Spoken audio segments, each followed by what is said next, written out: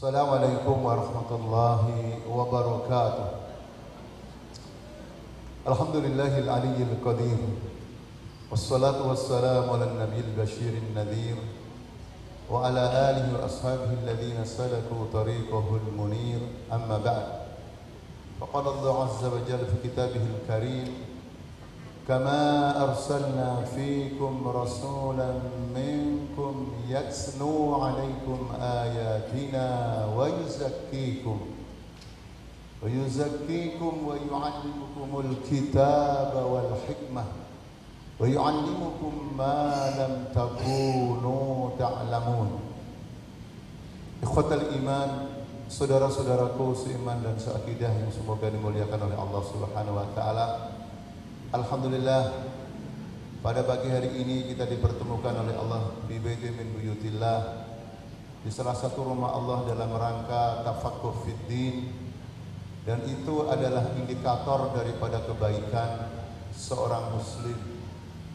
Jadi kalau Allah menghendaki hambanya itu baik, maka tandanya adalah Allah fahamkan dia tentang Islam secara mendalam, sesuai dengan hadis Rasulullah SAW yang diriwayatkan oleh Muawiyah radhiyallahu anhu. Nabi bersabda, man yuridillahu bihi khairan yufaqihu fid din.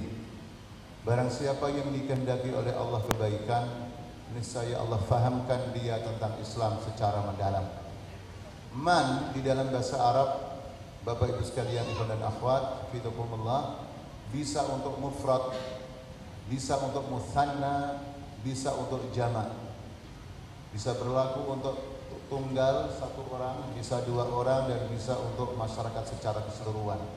Sehingga kebaikan individu, kebaikan suami istri, kebaikan anak-anak kita, dan kebaikan umat manusia ukurannya ketika mereka memahami Islam secara mendalam.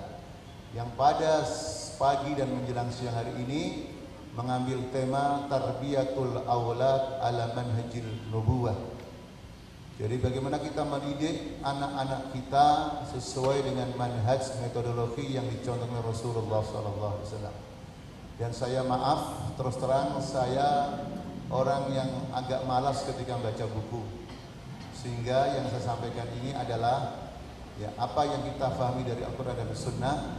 Dan nanti ikhwan dan akhwat untuk mendalami lebih jauh lagi bisa kembali pada buku-buku tentang tarbiyatul aulad yang dikarang oleh ulama-ulama kita, ya.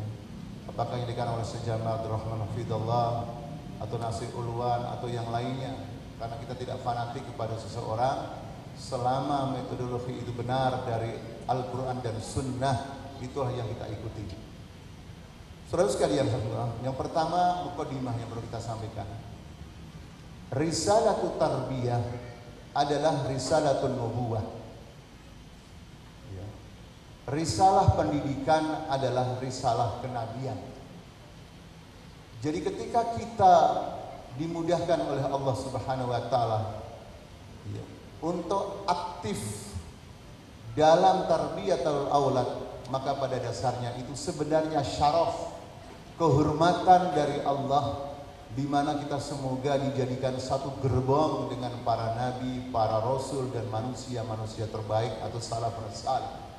Di antara dalilnya dalam Quran surat Al-Baqarah adalah kama arsalna fikum rasulan minkum yatslu alaikum ayatina wa yuzakkikum wa yu'allimukumul kitaba wal hikmah wa yu'allimukum ma lam takunu ta'lamun. Atau dalam surat Al-Jumu'ah ayat 2, huwallazi ba'atsa fil ummiyina rasulan minhum yatslu alaihim ayatihi wa yuzakkihim wa yu'allimuhumul kitaba wal hikmah wa in kanu min qablu lafi dhalalin mubin.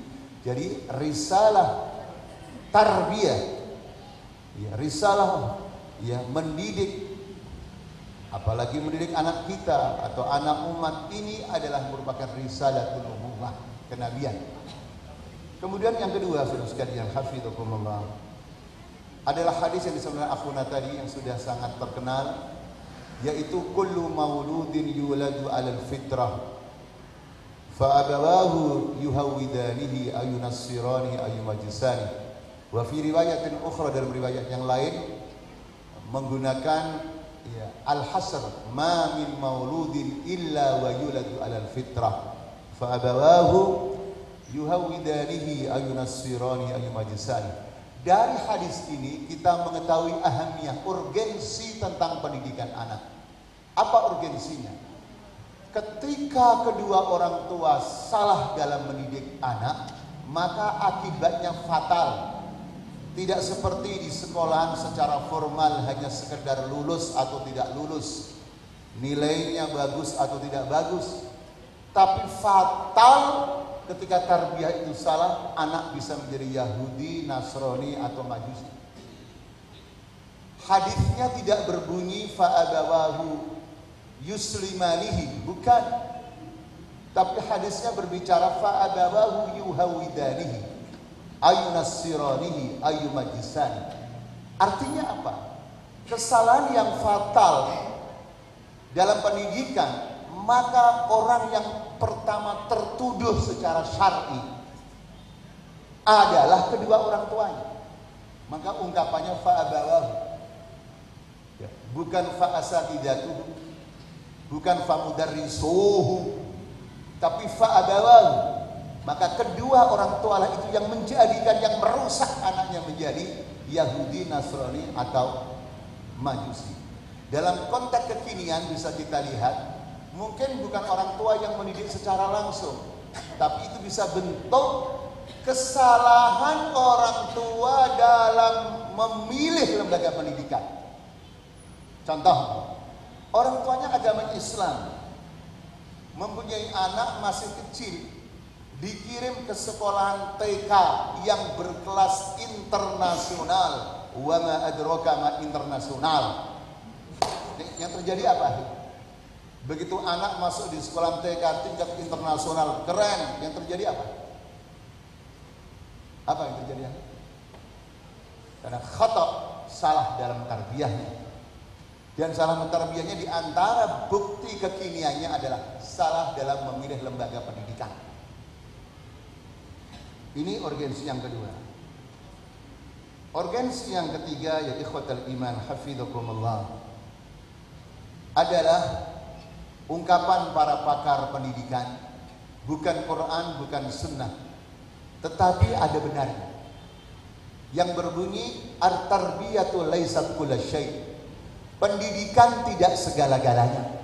Masih banyak aspek-aspek kehidupan di dunia ini dalam Islam juga. Tetapi kullu syai', yang segala-galanya itu dimulai dari tarbiyah, dimulai dari pendidikan. Memang aspek-aspek dalam Islam banyak sekali. Ada pendidikan, ekonomi, militer, politik, budaya.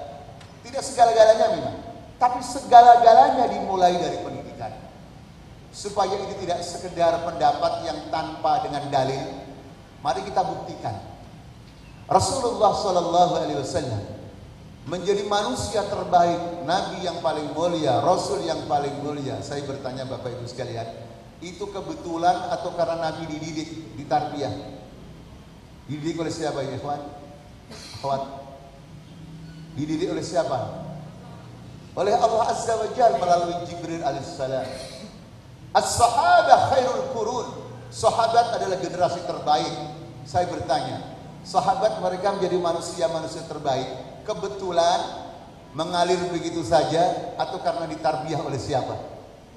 Oleh Rasulullah sallallahu alaihi wasallam. Generasi selanjutnya at-tabi'in, tabi'in selanjutnya. Ini satu bukti bahwasanya at-tarbiyatu laysat kulla syai'.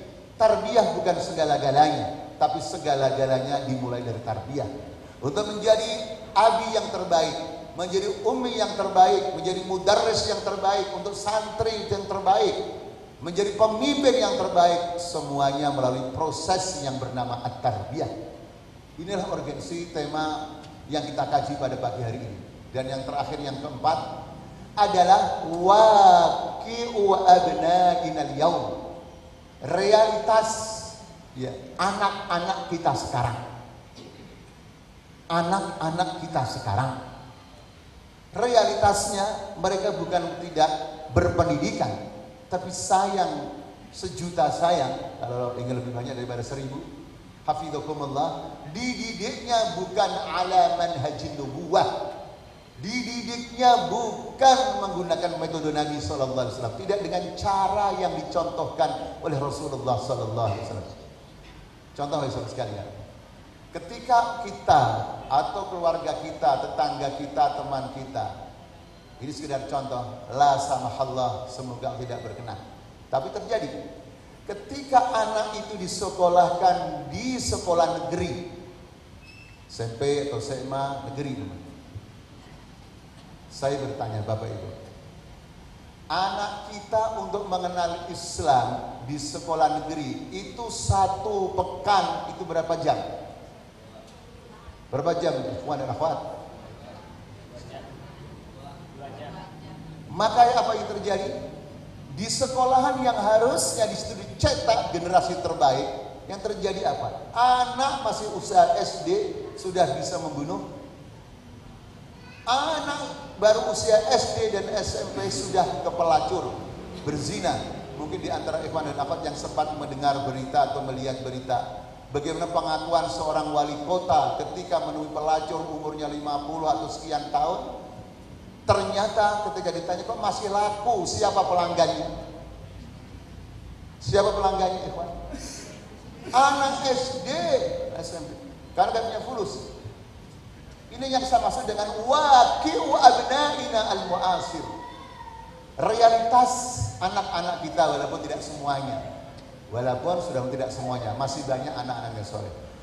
Inilah saudara sekalian, berangkat dari mubarrirat, konsideran ini, alasan inilah, maka kita semua insya Allah menganggap penting akan ahamiyatu hadal mawdu', urgensi atau pentingnya tema ini. Sekarang masuk kepada sulbul mawdu', inti daripada tema ini. Tarbiyatul aulad ala manhaji Nabi Muhammad sallallahu alaihi wasallam. Seperti apa Nabi sallallahu alaihi wasallam mendidik anak-anak sehingga menjadi khairu ummatin ukhrijat linnas, menjadi umat terbaik yang memang layak ditampilkan kepada dunia. Ukhrijat linnas pakai mabnil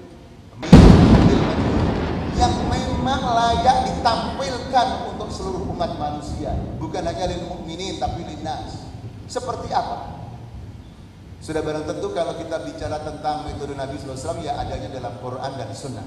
Pertama adalah yang harus kita perhatikan Bapak Ibu sekalian, untuk anak kita yang belum punya adik dan sebagainya, atau yang menjadi guru adalah murid-muridnya, adalah yang pertama sihhatul ghayah. Sihhat al-ghayah. Jadi insya Allah kalau waktunya cukup ada 10 ini tidak membatasi ikhwan dan akhwat, hanya sekedar ya contoh saja. 10 ya. Kalau istilah sebagian orang-orang yang sering ceramah ya 10S. 10 sihah. Benar atau sehat. Yang pertama adalah benar orientasinya, sehat orientasinya, tidak salah. Di mana pendidikan, baik orang tuanya yang mendidik atau anak yang didik, adalah benar orientasinya. Bahwasanya proses pendidikan itu kita lakukan tak lain dan tak bukan harus bernilai ibadah. Karena masakan tak lain tak bukan, karena redaksi Qur'annya menggunakan al-hasr, wa ma khalaqtul jinna wal insa illa liya'budun. Tidaklah aku ciptakan jin dan manusia kecuali untuk beribadah kepadaku. Allah tidak berfirman khalaqtul jinna wal insa liya'budun. Aku ciptakan jin dan manusia untuk beribadah padaku. Kalau itu bunyinya ada tujuan lain, ada orientasi lain. Tetapi ketika ada ma dan illa dalam balaghah, ini disebut al-hasr, maka tidak ada tujuan lain selain beribadah. Jika sejak awal seorang abi, umi atau mudarris atau mudarrisah ketika mendidik anak atau anak didiknya, tidak lain kecuali itu ibadah. Sehingga tidak boleh ada dalam proses pendidikan yang lepas dari nilai ibadah, karena pakai ma dan illah. Nah, ini tujuan umum dari pendidikan harus benar. Kemudian ketika diterjemahkan dalam ayat-ayat yang lain, di antaranya harus menjadi orang yang Rabbaniyin, orang-orang yang orientasinya dalam hidupnya adalah Rabb Allah. Sebagaimana kita lihat dalam surat Ali Imran, surat 3 ayat 79. Ma kana li basharin an yu'tiyahu Allahul kitaba wal hukma wan nubuwata thumma yaqula lin-nasi كونوا عبادا لي من دون الله ولكن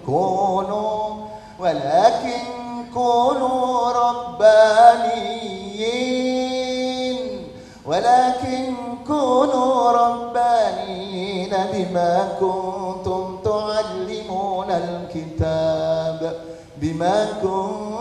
تعلمون الكتاب وبما كنتم تدرسون. Rabbaniyin nisbatan ila Rabb. Sehingga ketika anak kita belajar dan nanti profesinya jadi apapun, guru, pengusaha, atau apapun namanya, orientasinya tidak bisa lepas daripada Allah. Itulah yang kita maksud dengan sihatul ghaya. Nah ini kan tidak, saudara sekalian, di lapangan tidak seperti itu semuanya. Ada sebagian orang ketika menyekolahkan anaknya, nanti anaknya jadi apa? Kalau selesai di perguruan tinggi, dapat pekerjaan atau tidak? Ketika dapat pekerjaan, gajinya berapa? Ya sehingga menodai tujuan yang suci. Hafizahumullah. Yang kedua, saudara sekalian, adalah sihatul masdar. Mendidik anak, dan orang yang paling bertanggung jawab untuk mendidik anak adalah abi dan uminya, bukan guru. Dalam ilmu tarbiyah dikatakan guru itu sebatas musa'id. Maksud saya guru di sekolah itu sebatas musa'id, alladzi yusa'iduna, yang membantu, pembantu atau asisten kita. Karena abi dan uminya tidak bisa total mendidik anaknya karena sibuk dalam kegiatan yang lain, maka minta tolong kepada ustadz dan ustadzah. Tetapi ingat, kewajiban utama mendidik anak bukan bu guru pak guru yang digaji oleh sekolahan atau perguruan tinggi, tapi kewajiban bapak dan ibu. Ini yang memang dari awal harus kita pahamkan, sehingga jangan sampai nanti menyalahkan guru. Saya kadang-kadang mendengar, ini saya sudah bayar, anak saya begini, na'udzubillah min dzalik. Itu merendahkan derajat guru. Guru itu kalau mau kaya, nggak mau mengajar. Mengajar berapa gajinya? Makanya dulu waktu kita sekolah di pesantren, kalau kita diajari jumlah mufidah, contohnya adalah al-ustadu ya'kulut tobashir. Ustadz makan kapur. Makan kapur itu menggambarkan gajinya kecil atau besar. Sampai ada nenek-nenek mengatakan pada cucu perempuan, "Gendut, nanti kalau sudah jadi mau punya suami, jangan punya suami guru, karena guru itu makan kapur." Sekarang tidak begitu. Al-ustadu ya'kulu pizza wa surma wa makulat ukhra. Nah, oleh karena kembali nomor 2 adalah sihatul masdar. Sumbernya, referensinya harus benar.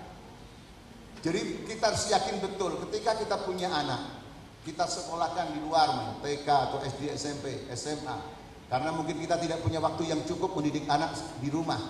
Maka yang harus kita lihat adalah kurikulumnya, ya, sumbernya dari mana pelajaran-pelajarannya, ya. Karena anak itu sangat tersibghah oleh masdar, sumbernya. Dan sumber ajaran yang dibawa oleh Rasulullah SAW adalah Al-Quran dan Sunnah. Makanya kita hafal semua ungkapan Imam Syafi'i rahimahullah, al-ilmu ma qala Allah wa ma qala Rasul. Ilmu itu firman Allah dan sabda Rasulullah SAW. Nah setelah itu belajar ilmu apa saja, yang penting tidak bertentangan dengan Quran dan Sunnah. Belajar apa saja, tapi sumbernya harus benar. Ada indikator bahwa sebagian pendidikan anak di zaman dulu yang sekarang sudah menjadi tokoh itu tidak benar gara-gara sumbernya tidak benar.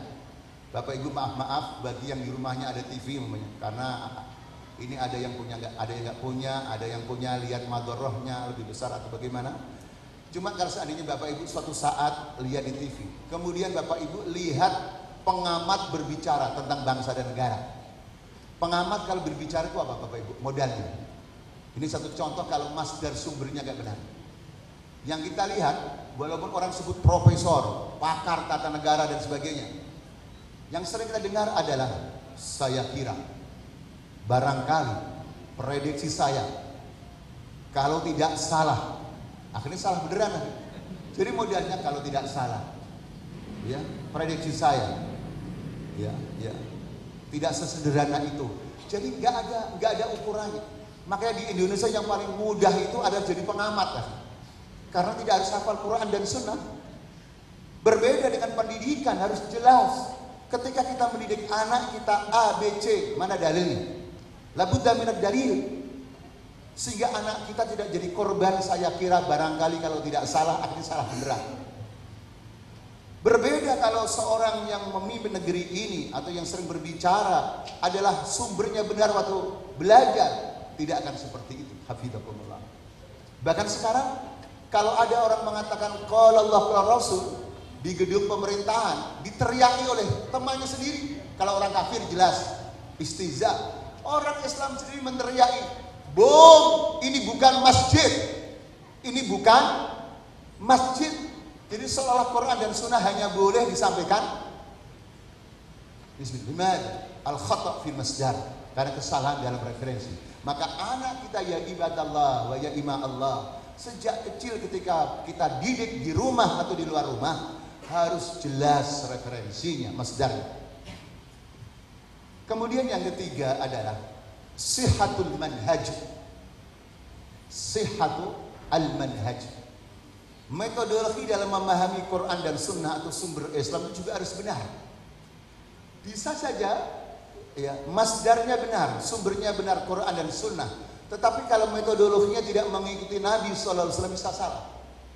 Bisa jadi yang salah itu bukan hanya orang yang sekolah di perguruan tinggi sekuler.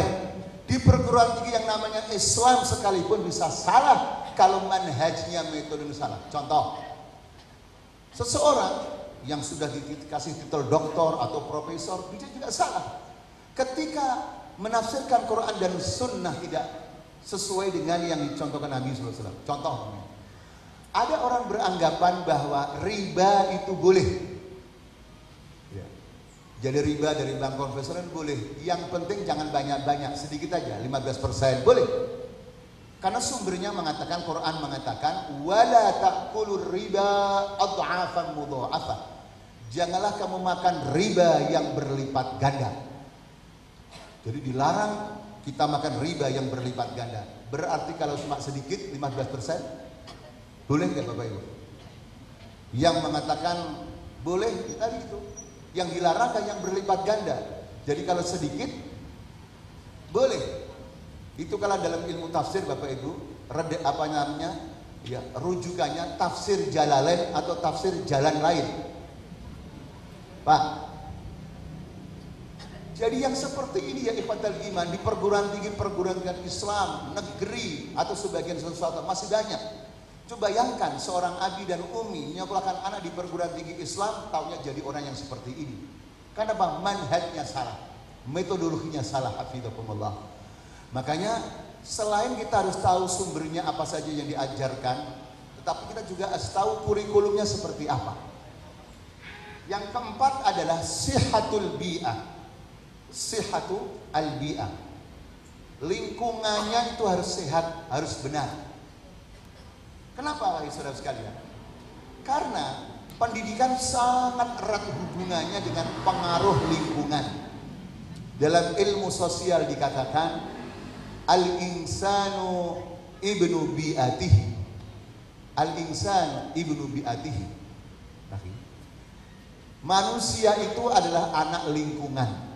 Mari kita lihat pengalaman yang ada di kampung, tapi pengalaman yang jangan ditiru, tapi untuk diwaspadai. Bapak sekalian, Bapak percaya nggak? Ibu percaya nggak? Bahwa ada orang sampai tua masih mempunyai kebiasaan yang buruk, yaitu kebiasaan menjadi ahlul hisab atau ahlul udud. Itu dapatnya dari tempat pengajian. Kalau di tempat yang lain udah jelas lah.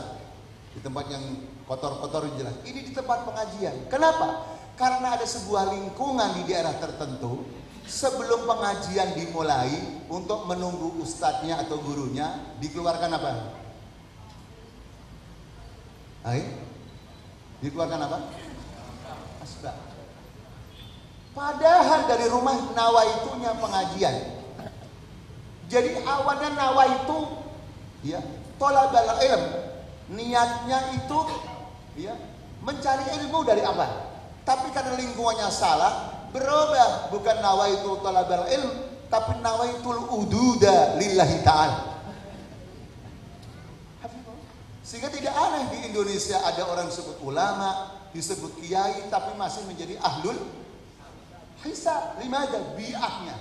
Karena ketika bertemu dengan gurunya, bertemu dengan temannya, ya tasabakun, mereka berlomba-lomba. Ya, di dalam hal itu satu contoh bahwasanya bi'ah, lingkungan sangat menentukan. Lingkungan di mana guru dan muridnya suka debat, suka jidal, itu juga mempengaruhi anak. Suka seminar sampai jam 2 siang di perguruan tinggi Islam, itu belum sholat berjamaah, masih seminar. Tahu Pak? Seminar. Karena lingkungannya itu selalu begitu. Biar. Jadi mahasiswa tidak akan disebut hebat kalau tidak bisa diskusi, kalau belum bisa mengalahkan gurunya. Jidal. Nah, ini yang berbahaya adalah ketika nanti jadi mahasiswa jurusan jidal, diskusi. Hobinya diskusi. Istrinya juga hobinya seminar. Itu kira-kira rumah tangganya bahagia atau penuh dengan nar? Jadi debat terus, hafizakumullah. Debat terus ya ibadallah. Nah, itulah yang saya maksud dengan contoh-contoh betapa pentingnya sihatul bi'ah. Jadi kalau kita mengirim anak ke sekolahan, apakah pesantren atau perguruan tinggi, lihat bi'ahnya. Sahihatun amla, benar atau tidak, sehat atau tidak, sehat dengan makna yang seluas-luasnya, sehat akidahnya, sehat ibadahnya, sehat akhlaknya, sehat fisiknya. Walaupun di dunia tidak ada yang sempurna, ada sajalah kekurangan-kekurangan, lembaga pendidikan manapun ada kekurangan, tapi paling tidak adalah akrabuha, yang paling dekat dengan Al-Quran dan Sunnah. Kemudian yang kelima adalah sihatul aulawiyat. Sihatul aulawiyat. Ini sekedar contoh saja. Sebelum pindah kelima Pak, nomor 4, Rasulullah SAW ketika ibunya meninggal dunia, beliau disusui oleh siapa Pak? Bapak Ibu. Di antaranya Halimah As-Sa'diyah. Kenapa beliau dipilih? Ulama sirah nabawiyah mengatakan, walaupun semuanya sudah takdir dari Allah Subhanahu wa ta'ala, tapi di antara rahasianya, karena rumah beliau adalah bi'ahnya yang terbaik. Kesehatannya, susunya, bahasanya, itu paling terbaik. Hafidhakumullah. Yang kelima adalah al-sihatul aulawiyat. Benar atau sehat ketika membuat skala prioritas. Namanya pendidikan kan harus ada skala prioritas. Contoh lah, skala prioritas dalam pelajaran. Pelajaran itu banyak yang ingin kita ajarkan pada anak kita. Nah, anak yang masih kecil itu pelajaran apa yang harus dijadikan skala prioritas? Kita ajari apa? Apakah masih kecil kita ajari politik? Apakah masih kecil kita ajari babun nikah? Yang pertama kita kenalkan fankihu ma tobalakum minan nisa. Apa yang harus diajarkan yang pertama?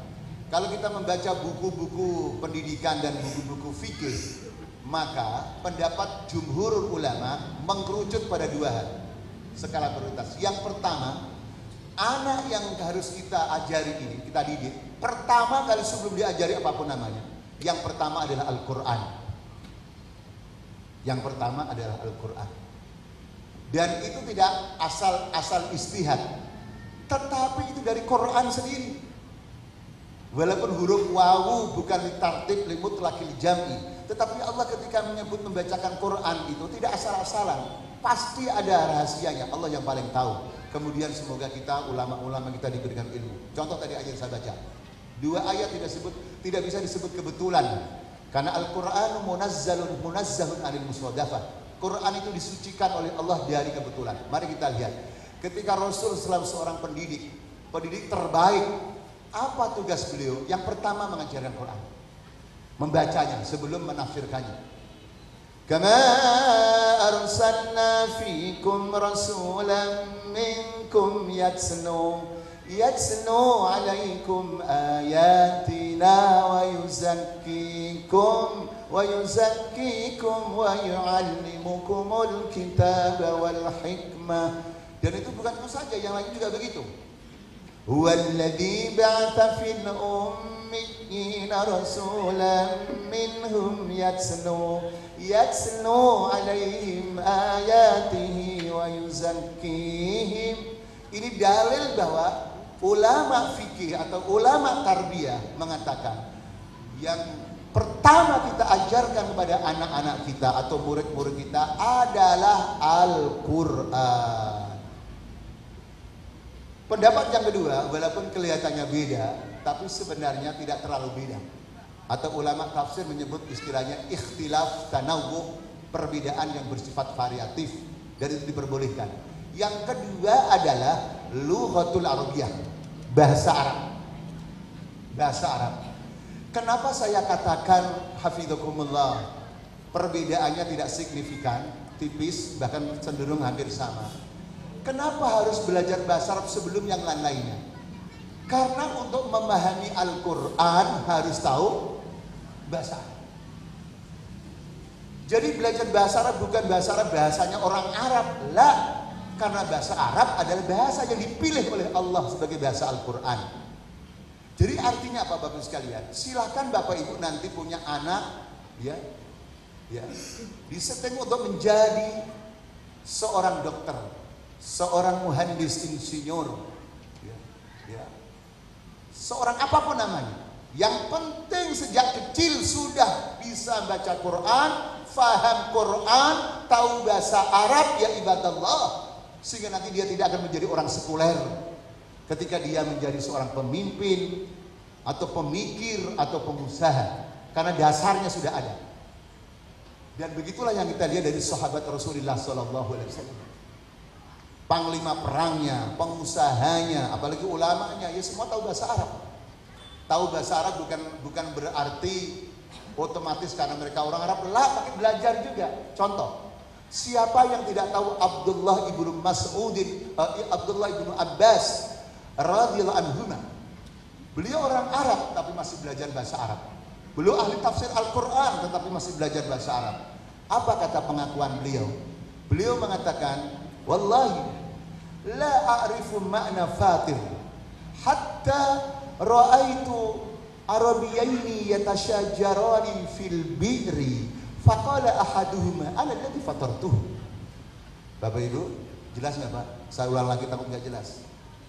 Wallahi la a'rifu wa la afham ma'na fatir hatta ra'aitu arabiyaini yatashajarani fil bi'ri faqala ahaduhuma ana alladhi fatartuhu. Bapak Ibu, jelas atau belum Pak? Yang nggak jelas suaranya atau artinya? Ibnu Abbas mengatakan radhiyallahu anhu, wallahi saya tidak tahu makna fatir. Di dalam Quran ada surat fatir dan fatir samad. Maksudnya apa bedanya antara fatara, khalaqa, ja'ala? Itu kan mirip-mirip. Saya tidak tahu makna fatir. Sebelum saya menemukan dua orang bedui, kedua-duanya berselisih untuk memperebutkan sumur. Sumur sesuatu yang mahal di Arab. Maka salah satu di antara kedua mengatakan ana alladzi fatartuhu. Saya yang pertama menemukan dan yang membuat. Inilah makna fatir, hafizakumullah. Maksud saya adalah orang Arab ditarbiyah lagi langsung oleh Nabi sallallahu alaihi wasallam, tapi masih belajar bahasa Arab. Ini artinya apa? Anak-anak kita silahkan nanti tahassusnya, spesialisasinya apapun, yang penting berguna ya untuk di dunia dan akhirat, bermanfaat untuk dunia akhirat. Tapi yang penting ya skala prioritasnya harus benar, yaitu Quran dan bahasa Arab. Selanjutnya ikhwatal iman hafizakumullah. Karena Quran itu banyak kandungannya, maka dalam Al-Quran apa pertama yang kita sampaikan tadi? Tadi kan saya sampaikan, apakah yang kita sampaikan yang pertama adalah fankihu ma tawbalakum minan nisa, matna wa thulatha wa ruba, atau as-sariqu was-sariqatu faqta'u aydiyahuma, atau az-zaniyatu waz-zani fajlidu kulla wahidin minhuma mi'ata jaldah. Ternyata kalau kita baca Quran, yang diprioritaskan adalah akidah, iman. Yang diprioritaskan adalah akhlak, yang diprioritaskan adalah ibadah, yang diprioritaskan ya ikhwatal iman hafizakumullah adalah semangat untuk mengerjakan itu semuanya, baik ibadah atau akhlak. Itulah sebabnya hafizakumullah ulama-ulama ulumul Quran mengatakan di antara karakteristik surat-surat Makkiyah ya, tujuannya adalah menanamkan akidah, ibadah dan akhlak. Itu kandungan surat-surat Makkiyah yang turunnya awal-awal. Jadi sehingga pendapat ulama itu tidak semata-mata ya pendapat pribadi tanpa dengan dalil. Jadi ketika kita membaca pendapat ulama, kita berupaya untuk mempertegas dalilnya ada atau tidak. Kalau sudah ada, alhamdulillah. Kalau nggak ada, kita mencarinya. Yang keenam adalah sihhatul mutaba'ah. Taba'a yutabi'u mutaba'atan. Ketika kita mendidik anak kita, maka kita harus benar sehat dalam mutaba'ahnya, mengikuti ya, ya, mengikuti itu dalam bentuk bisa mengevaluasi, memonitor dan menanyakan temannya, gurunya ya. Jadi jangan sampai seperti sebagian orang, yang penting anak saya sudah saya kirimkan ke pesantren tahfidzul Quran, tetapi begitu liburan nggak pernah dimutabai. Harusnya mamanya sesuai dengan aturan di pesantren mamanya minimal 1 tahun hafal 5 juz mamanya. Lah sampai rumah harus kita tes sudah hafal 5 juz atau belum. Jangan ketika tidak hafal langsung menyalahkan gurunya atau pesantrennya atau madrasahnya. Padahal yang bermasalah adalah anak dan orang tuanya yang tidak mutabaah. Karena sebagian santri hadahumullah, sebagian Pak ya, kebanyakan soleh, sebagiannya ada yang belum soleh. Begitu pulang dari pesantren ke rumahnya, ini bukan ngecek hafalan Qur'annya, tapi qadha. Nawaitu an-nauma qadha'an lillahi ta'ala. Aku niat tidur qadha lillahi ta'ala. Karena di pesantrennya kurang tidur, sehingga hafalan Qur'annya hilang atau tinggal sedikit. Bahkan khawatir jadi mantan hafid karena gak dimurojai. Ini satu contoh Bapak Ibu sekalian bahwasanya orang tua harus mutabah. Ini sekedar contoh, mereka bukan nabi, bukan sahabat, tetapi bisa kita ambil pelajaran. Seorang syekh, apakah di Indonesia atau di negeri lain, ketika mengirimkan anaknya sekolah ke Arab, apakah ke Saudi atau ke Al-Azhar, ke Mesir, maka orang tua, seorang alim, mau ngecek anaknya, bagaimana belajarnya. Maka dia kirim surat, nah tolong belikan kitab kada wa kada. Kitab disebut nama. Dikirimlah kitab itu. Ya. Begitu dikirim, ternyata kitab ini masih bersih, belum tersentuh oleh tangan. Begitu anaknya pulang, dinasihati, nah saya itu mau kirim kamu buku yang sudah kamu baca semuanya, bukan buku dari toko. Jadi yakin betul orang tuanya anak di khatam. Kayak kita dulu belajar di pesantren. Ketika anak itu di ibtidaiyah, zaman kita beli pesantren, dan sekarang masih berlaku di pesantren itu. Pesantren yang alhamdulillah jazakallahu khairan yang telah mendidik kita. Namanya anak SD atau ibtidaiyah itu harus hafal nahwu wadih. Nahwu wadih. Kaidah-kaidah nahwu. Hafal juga kitab fikih Aqidatul Awam, terlepas di dalamnya ada kekurangan atau kelebihannya. Ya. Hafidhum. Hafal tajwid. Jadi kalau belum hafal, orang tuanya tahu. Ger, kowe orang hafal piye? Orang munggah kowe, enggak naik. Sanawi atau SMP harus hafal Alfiyah 1000 bait, Zubat 1000 bait. Ya. Dan kalau tafsir Jalalain itu sudah khatam juz 30 di SD. Nanti sanawi aliyah harus khatam. Sehingga nanti kalau menjadi ulama menafsirkan Quran benar sesuai dengan kaidah, bukan menafsirkan sesuai dengan seleranya atau jalan lain. Kenapa jalan lain? Karena dulunya tidak pernah khatam tafsir jalan lain. Kayak sebagian orang yang bercanda-bercanda itu. Ya Ustaz, assalamualaikum. Waalaikumsalam. Kaifal ya Ustaz? Khair. Ustaz, istrinya masih satu. Masih aja, kenapa pertanyaan ibu istri masih satu? Iya, ustaz-ustaz kan sudah kaya, sudah terkenal. Zaman begini istri kok cuma satu. Apa kata? Minimal ustaz, istri itu 2 kalau mau bahagia. Dari mana itu dalilnya? Belajar dari mana? Iya, dalil jelas surat Ar-Rum. Wa ja'ala bainakum mawaddatan wa rahmah. Jadi istri pertama Siti Mawaddah, istri kedua Siti Rahmah. Bapak Ibu, ini tafsir Jalalain atau jalan lain? Ini tafsirnya tafsir PNS, bukan pegawai negeri sipil, tapi pengagum nikah Bapak? Nah, itu tahu Bapak. Jadi harus mutabaah. Ada anak disekolahkan, malah hobinya mengkafirkan orang tuanya. Limana? Tidak dimutabahi. Yang kamu baca kitab apa? Siapa guru kamu? Kok pulang-pulang keberhasilannya ukurannya bisa mengkufurkan orang tuanya? Hafidhakumullah. Ini karena adamul mutaba'ah. Maka yang ketujuh, untuk mendidik anak-anak kita yang ibadah Allah adalah sihatul mutaba'ah. Contoh sederhana, ketika anak kita pulang di SD atau SMP, kita buka itu di tasnya. Nah, hal hunaka wajib manzili, ada PR enggak? Itu jangan cuma ditanya. Kalau anak baru pulang sore, kan biasanya sekolah IT itu kan, IT ini Islam, ya, Islam terpadu akhirnya, jangan diplesetkan Islam termahal, karena katanya sebagian orang nggak kuat karena mahal. Ikhwatal iman, itu jangan ditanya sekedar ada PR nggak, nah jawabnya apa? Kalau anak asar baru pulang ditanya ada PR nggak, kira-kira jawabannya anak kita apa? Ya nggak ada, tuh capek. Kalau bilang ada suruh kerjain. Maka ya silakan anak istirahat dulu, tapi kita buka tasnya. Buka. Ternyata ada wajib manzil, ada PR, kerjaan rumah. Ini contoh-contoh mutaba'ah. Bisa jadi anak di pesantren sudah sampai 10 tahun, tapi baca Qur'annya nggak benar. Baca kitab kuningnya nggak benar. Maksudnya kitab yang tidak ada jenggotnya. Padahal di pesantren sudah 10 tahun. Kenapa? Nggak dites orang tuanya. Nggak dites orang tuanya. Nah, sebagian orang tua yang peduli bukan hanya kok anaknya, bahkan calon menantu. Nah, kamu berani mau melamar anak saya? Ini baca kitab Fathul Mu'in, Bidayatul Mustahid. Nah, ini kan nggak macam-macam yang mau ngawini anak kita. Ya. Jadi memang harus seperti itu. Ini tidak ngarang-ngarang. Rasulullah SAW kita tahu semua kan. Suatu hari di absen semua di mutaba'ah.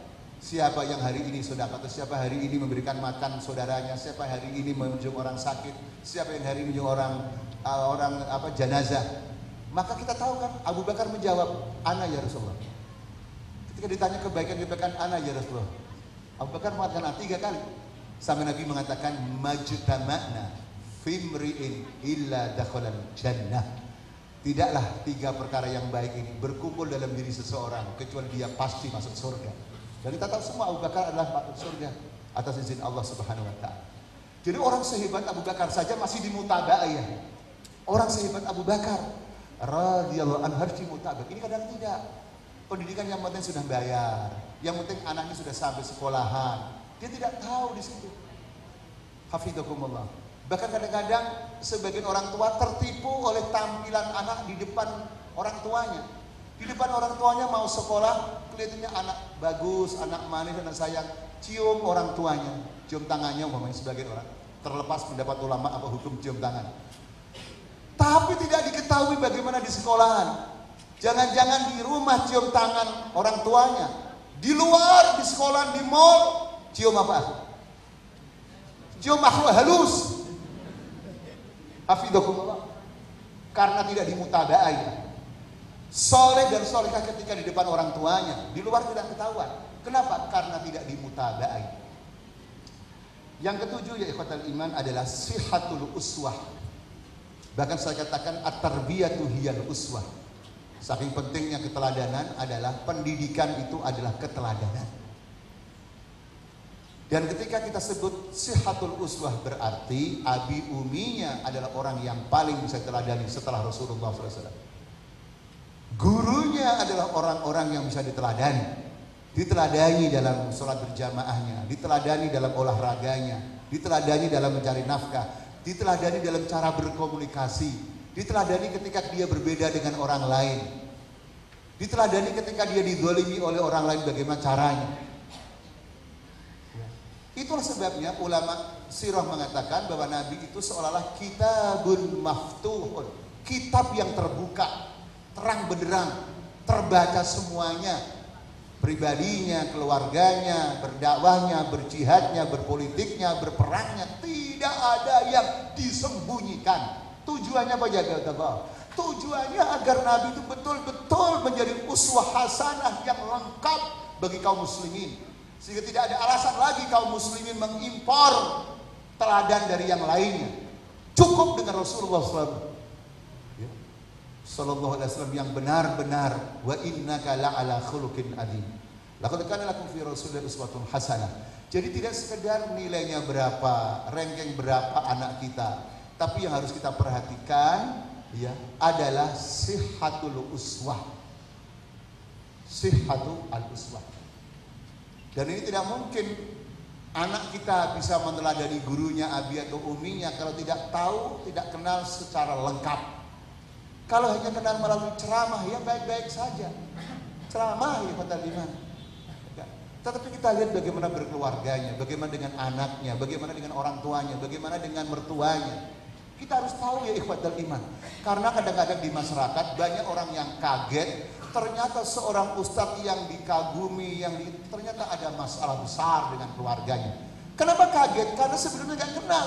Kenalnya hanya melalui ceramah. Hafidhakumullah. Kemudian yang kedelapan adalah sihhatus suhbah. Sihhatu as-suhbah. Jadi temannya juga harus sehat, harus benar. Karena anak kita didik, apakah di rumah atau di luar, dia tidak sendirian, dia berteman. Dan di dalam athar, saya katakan athar ya, riwayat, dikatakan bahwasanya al-mar'u ala dini khalil. Seseorang sangat terpengaruh oleh agama teman dekatnya. Terpengaruh oleh agama teman dekatnya. Bagus sekali ya. Kalau seorang abi umi punya acara, mau ngajak anaknya, anak juga punya acara dengan teman-temannya. Biasanya bapak ibu, anak masih berat mana? Pilih yang mana?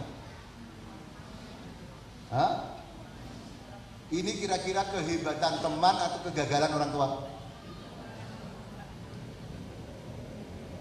Yang benar ya ibadallah, fitrahnya anak itu harusnya ya, mengagumi orang tuanya. Pepatah Arab, memang bukan Quran, bukan Sunnah, tapi pepatah ini ada benarnya. Ungkapan yang sangat terkenal, al-bintu bi'abiha mu'jadah. Jadi anak perempuan biasanya kagum dengan bapaknya, kagum dengan orang tuanya. Jadi kalau ada orang anak kok nggak kagum pada orang tuanya, yang salah anaknya atau orang tuanya yang bermasalah? Contoh lagi, contohnya nggak usah orang-orang yang nggak benar, fasik. Ini katakanlah di antara kita umpamanya jadi ustadz, semoga bukan kita lah, orang lain. Ustadz, kerjanya ceramah, apalagi puasa. Puasa itu ustadz ceramah berapa kali ya? Subuh, duhur, menjelang apa? Terawih, nanti kalau itikaf. Saking sibuknya, begitu baru pulang sampai rumah udah mau pergi lagi. Ditanya oleh istrinya, ditanya oleh anaknya, "Abi, kemana saja sih mau pergi lagi? Baru datang kok sudah pergi." Jawabnya apa? Dia wahai istri, dia wahai anakku, Abi ini milik umat katanya, milik umat.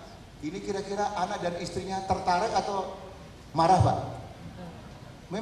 Memang anak dan istrinya bukan umat, memang makhluk halus. Umat terdekatnya istri dan anaknya. Karena ayatnya tadi dibacakan, ya ayyuhalladzina amanu qu anfusakum wa ahlikum nar wa anzir ashiratakal aqrabin. Maka bisa jadi walaupun di masyarakat orang yang ditokohkan, tapi ternyata anak dan istrinya tidak mengagumi ya ibadallah. Kenapa? Hafidhukumullah. Tidak menjadi sahib yang baik, teman yang baik. Maka bapak adalah teman yang baik, guru yang berwibawa, guru yang berilmu, syaikh yang memberikan semangat ruhiyah yang luar biasa. Begitulah orang tua.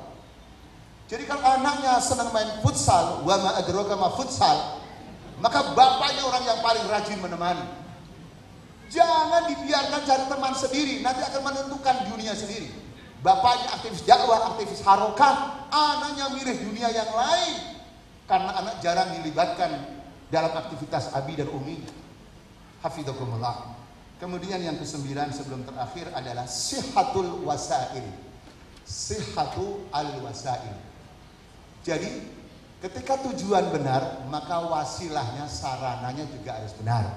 Kaidah yang badihiyah yang sudah menjadi aksioma yang sudah kita pelajari di pelajaran-pelajaran agama adalah al-ghayah la tubarirul wasilah. Tujuan tidak bisa menghalalkan segala cara. Ya. Jadi saudara sekalian, caranya juga harus benar. Ketika kita berdakwah, caranya juga harus benar. Sarananya juga harus benar. Hafidzakumullah. Jangan kayak sebagaimana orang yang penting berdakwah, caranya apa saja lah. Yang penting disenangi oleh umat. Kalau gitu dakwah kita pakai nada. Maka nada dan dakwah hilang, dakwahnya tinggal nada. Jadi wasailnya juga harus benar. Dan alhamdulillah para aktivis-aktivis dakwah sudah sebagian sudah mengarang buku, di antara judulnya adalah Wasailud Dakwah. Wasail, sarana berdakwah yang masyru'ah, yang diperbolehkan dan yang tidak diperbolehkan. Ini penting dalam kekinian kita, karena kita hidup di tengah-tengah dunia teknologi. Kita harus tahu mana yang boleh, mana yang tidak boleh. Terakhir ya ikhwatal iman hafidzakumullah adalah sihhatul wadhaif. Nomor 10, dan 10 ini lagi-lagi tidak membatasi ya ikhwan dan akhwat. Ini mimbabi dzikril mithal lal hasr. Sekedar menghadirkan contoh, bukan membatasi. Antum bisa sampai 15, 20 silahkan. Tapi paling tidak kita mempunyai persepsi tasawur yang global tapi jelas. Beginilah mendidik anak kita. Yaitu yang 10 adalah sihhatul wadhaif. Ya.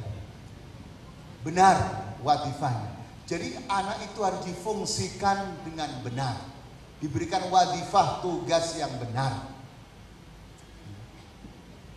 Bapak Ibu ingat kan, sahabat ada yang masih muda saja disuruh memimpin menjadi panglima perang. Tidak selamanya yang tua. Jadi ketika kita punya anak masih muda tapi sudah alim, tampilkan. Bapak Ibu ingat kan kisah ya, di saat Abdullah ibnu Abbas radhiyallahu anhuma ditampilkan oleh Umar radhiyallahu anhu di tengah-tengah syuyukh Badr. Ya. Senior-senior perang Badar yang seolah-olah ada pertanyaan, kenapa sih yang sering ditampilkan kok Ibnu Abbas? Kita kan juga punya anak-anak juga, anak-anak muda remaja, kenapa yang ditampilkan dia? Maka Umar tidak menjawab dengan perkataan. Bapak Ibu sekalian, dijawab dengan perbuatan.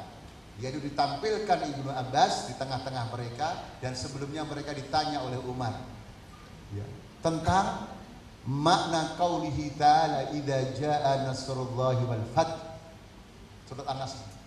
Apa yang kamu pahami dari surat itu? Maka rata-rata para sahabat ya, suyukh Badr itu, senior-senior perang Badar, jawabnya ya apa adanya dalam Quran itu. Apabila datang pertolongan Allah ya, dan kemenangan dan manusia, kita lihat pada masuk Islam berbondong-bondong, maka ketika itu kita diperintahkan untuk bertasbih, untuk istighfar sesuai dengan teks yang ada di Quran. Selesai ya. Ibnu Abbas ditanya, ya, berdiri wahai Ibnu Abbas, apa pendapat kamu tentang ayat ini? Beliau menjawab yang tidak sama dengan para sahabat itu, yang tidak ada di benaknya para senior itu.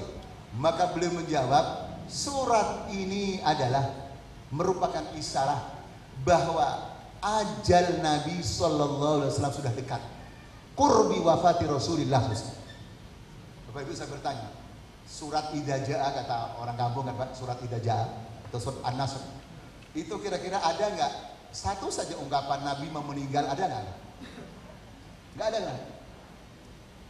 Umar berkata, walaupun mungkin Umar juga mengetahui, coba ingin menunjukkan ya kedudukan Ibnu Abbas, fungsi Ibnu Abbas di tengah-tengah masyarakatnya.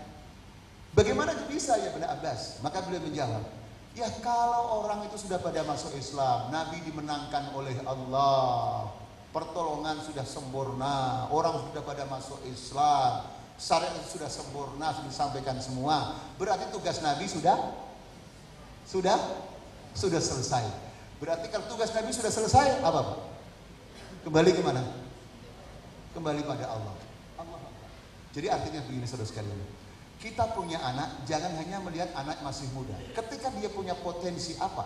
Kebaikan. Itu harus dimaksimalkan.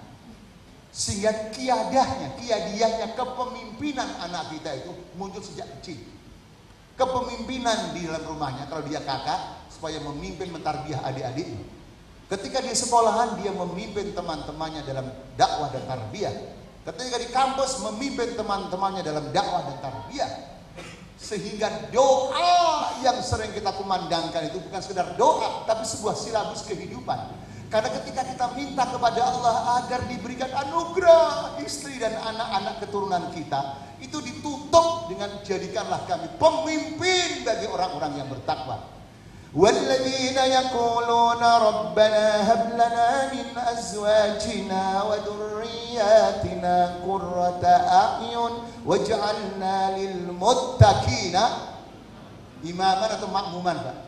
Imam berarti Quran sejak awal mempersiapkan tarbiyah qiyadiyah, pendidikan kepemimpinan, sehingga yang memimpin nanti RT, RW, kepala desa, bupati, gubernur, presiden bukan orang-orang yang bermasalah, tapi orang-orang yang terbaik.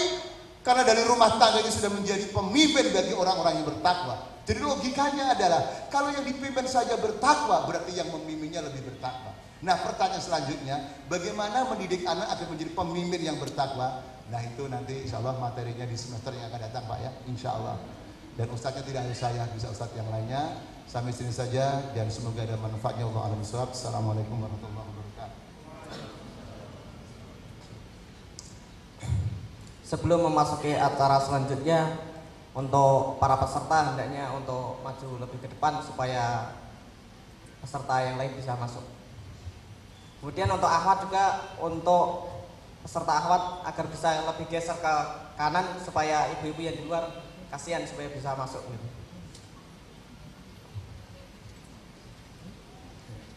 Karena sebelah kanan bagian akhwat masih longgar gitu. Misalkan untuk lebih geser ke kanan, lebih dekat dengan kipas angin.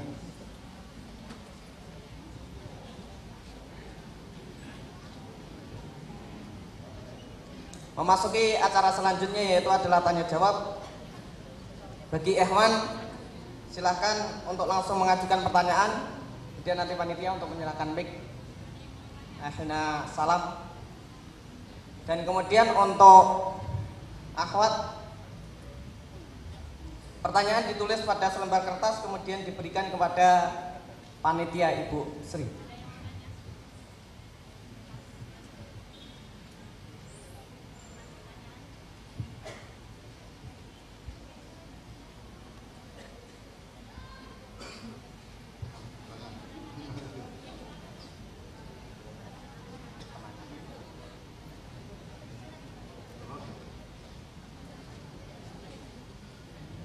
Silahkan yang bagi ikhwan yang tidak bertanya. Akhirnya salam.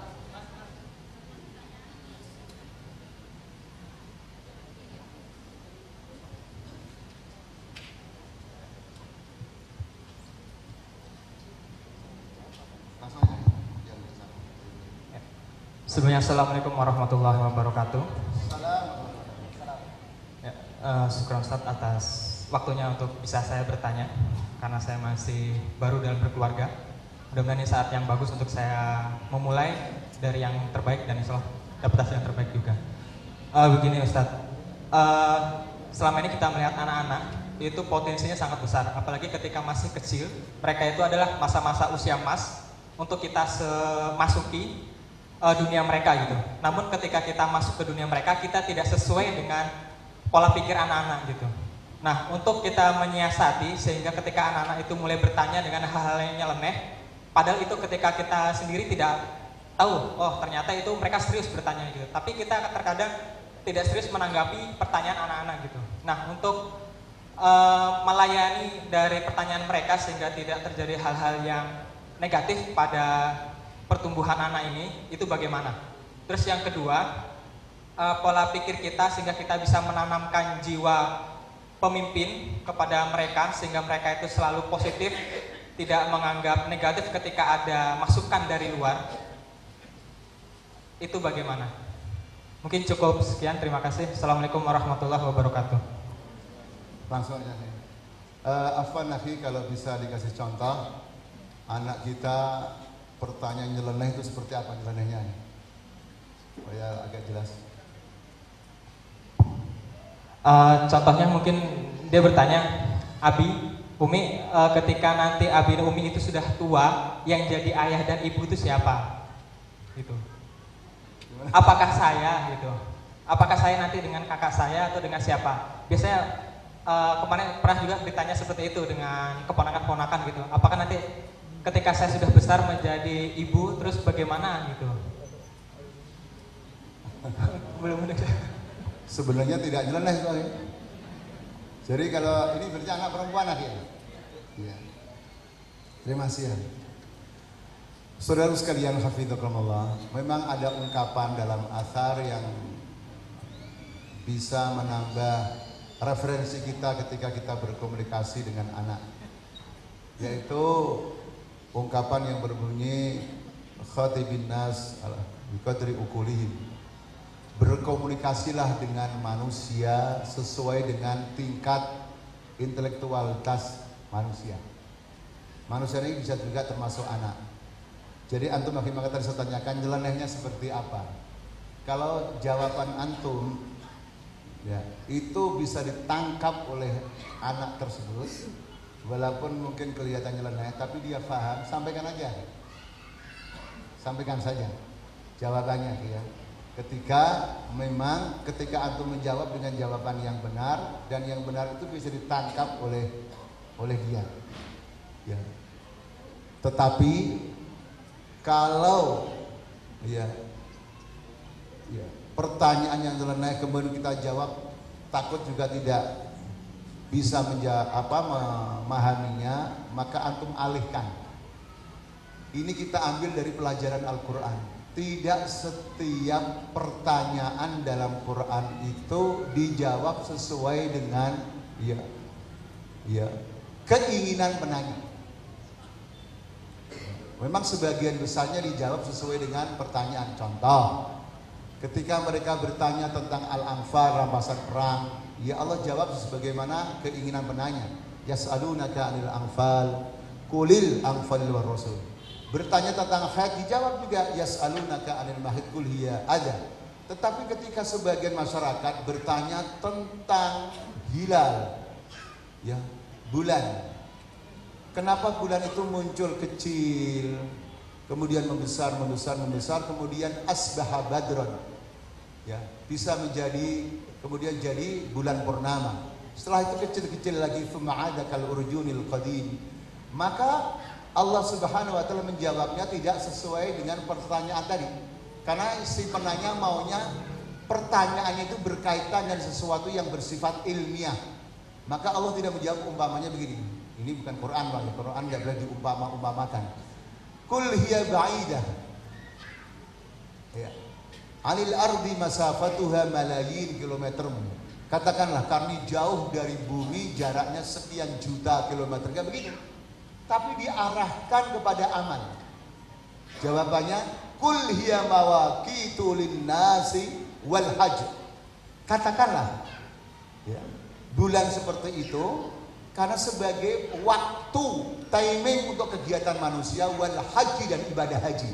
Jadi jawabnya dikaitkan dengan kerja, bukan rekreasi intelektual. Dan ini Bapak Ibu sekalian sebenarnya bukan ketika kita mendidik anak kita saja. Ketika kita jadi guru kadang-kadang ada aneh-aneh saja pertanyaan itu. Contoh ya, pengalaman ngajar mungkin sebagian guru, ada anak yang sok genit intelektualnya.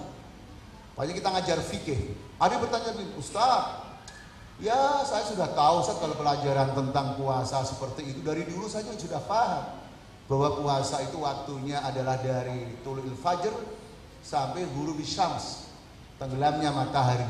Kalau itu dari dulu sudah tahu. Saat sekarang saya bertanya, bagaimana kalau nanti puasa itu saya ada di bulan? Pak, aneh nggak itu pertanyaan Pak? Aneh nggak Pak? Yang begitu nggak usah capek-capek.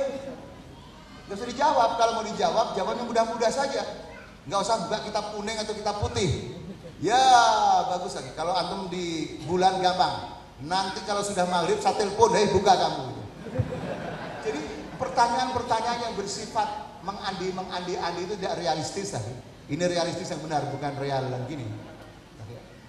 Nah itu jadi seperti itu ya jawabannya.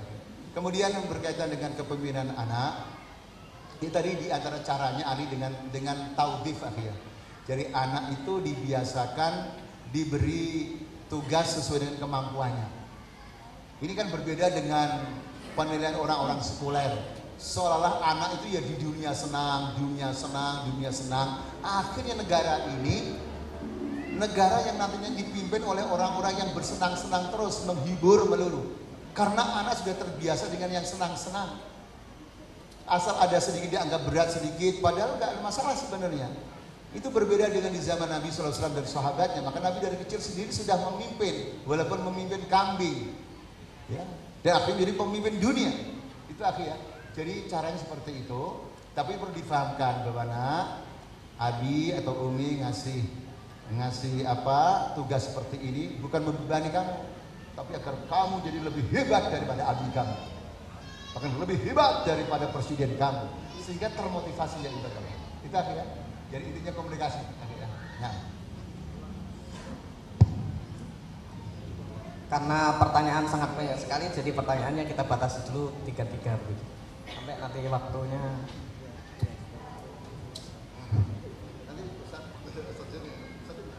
Ya, sampai datang Ustaz Zain gitu. Saya bacakan dulu dari pertanyaan akhwat. Bagaimanakah cara mendidik anak yang sudah terlanjur mengikuti kelakuan buruk temannya karena ada uzur yang membuat orang tuanya harus pergi jauh dan menitipkan anak tersebut kepada saudara sehingga anak tersebut tidak terkontrol aktivitasnya? Ya. Saudara sekalian, pertanyaan ini sebaiknya tidak langsung dijawab, tapi perlu dimuhasabai. Ya, supaya yang belum terjadi tidak terjadi. Kenapa sampai kita menitipkan anak atau ya membiarkan anak bergaul dengan lingkungan yang buruk? Karena sudah terbiasa buruk, akhirnya anak kita ya terbiasa berbuat yang buruk. Sekali lagi, bukan Quran, bukan Sunnah, tapi ada benarnya. Ungkapan orang tua kita yang ya harus memperhatikan kebiasaan, yaitu ungkapan dari pelajaran yang kita dulu terima di pesantren, al biso minal kulino, al biso minal kulino. Apapun kebiasaan baik atau kebiasaan buruk, asal biasa. Orang yang jarang ceramah melihat orang ceramah kok bisa panjang lama, materinya nggak habis-habis, aneh. Padahal nggak aneh. Biasa bang, kerjaannya apa? Kerjanya apa? Ceramah memang. Kalau nggak ceramah ya kalau nggak ceramah gatel dia. Jadi nggak ada yang termasuk kebiasaan buruk. Itulah sebabnya ya ikhwan wa ya akhwat, hafizakumullah. Jangan mengecilkan sesuatu yang buruk karena cuma kecil saja lah. Apalagi ada istilah sebagian orang tua begini, udah loh Ustaz, namanya juga anak. Bapak Ibu pernah mendengar nggak? Ada anak hobinya coret-coret tembok. Ketika dilarang, orang tuanya tersinggung. Udah Pak, jangan dilarang, nanti bisa membunuh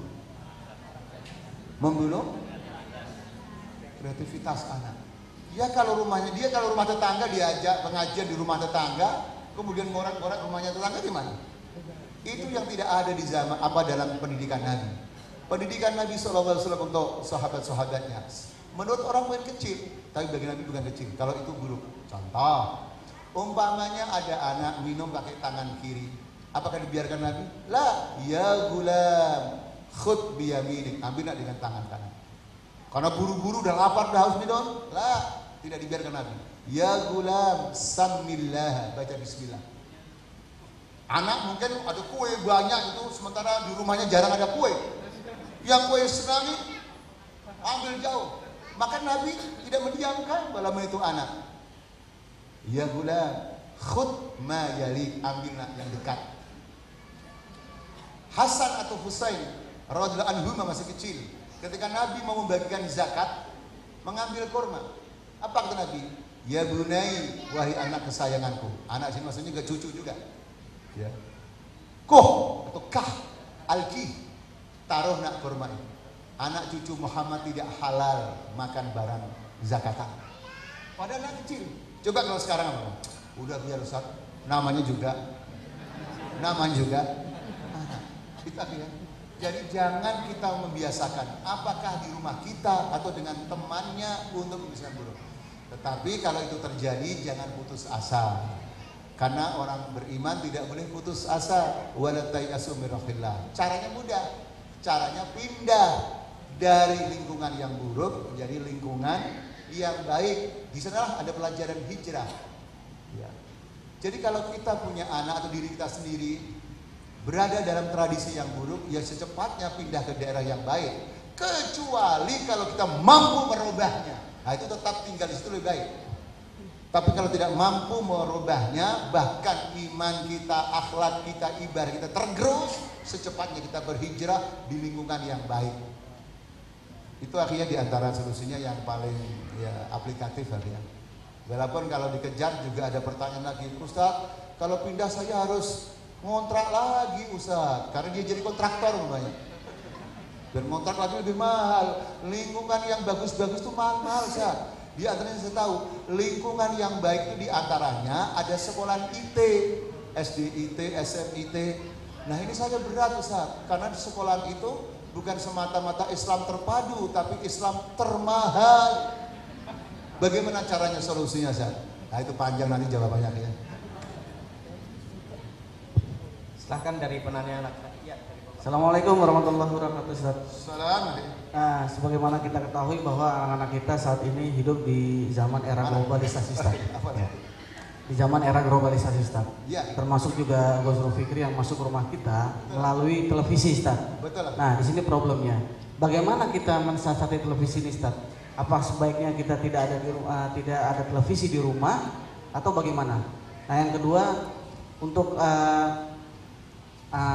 anak-anak kita yang sudah misalkan terlanjur kecanduan mengenai televisi, bagaimana menurut pendapat untuk Ustadz? Apakah sebaiknya kita cabut dari televisinya? Kemudian dia biasanya suka lari ke rumah orang lain, kemudian dia nonton di sana Ustadz. Gitu. Nah, ini problem kita nih. Jadi dia punya banyak cara juga dia untuk ini nyata. Jadi itu aja. Assalamualaikum warahmatullahi wabarakatuh. Waalaikumsalam. Langsung Ustaz ya. Terakhir Ustaz ya.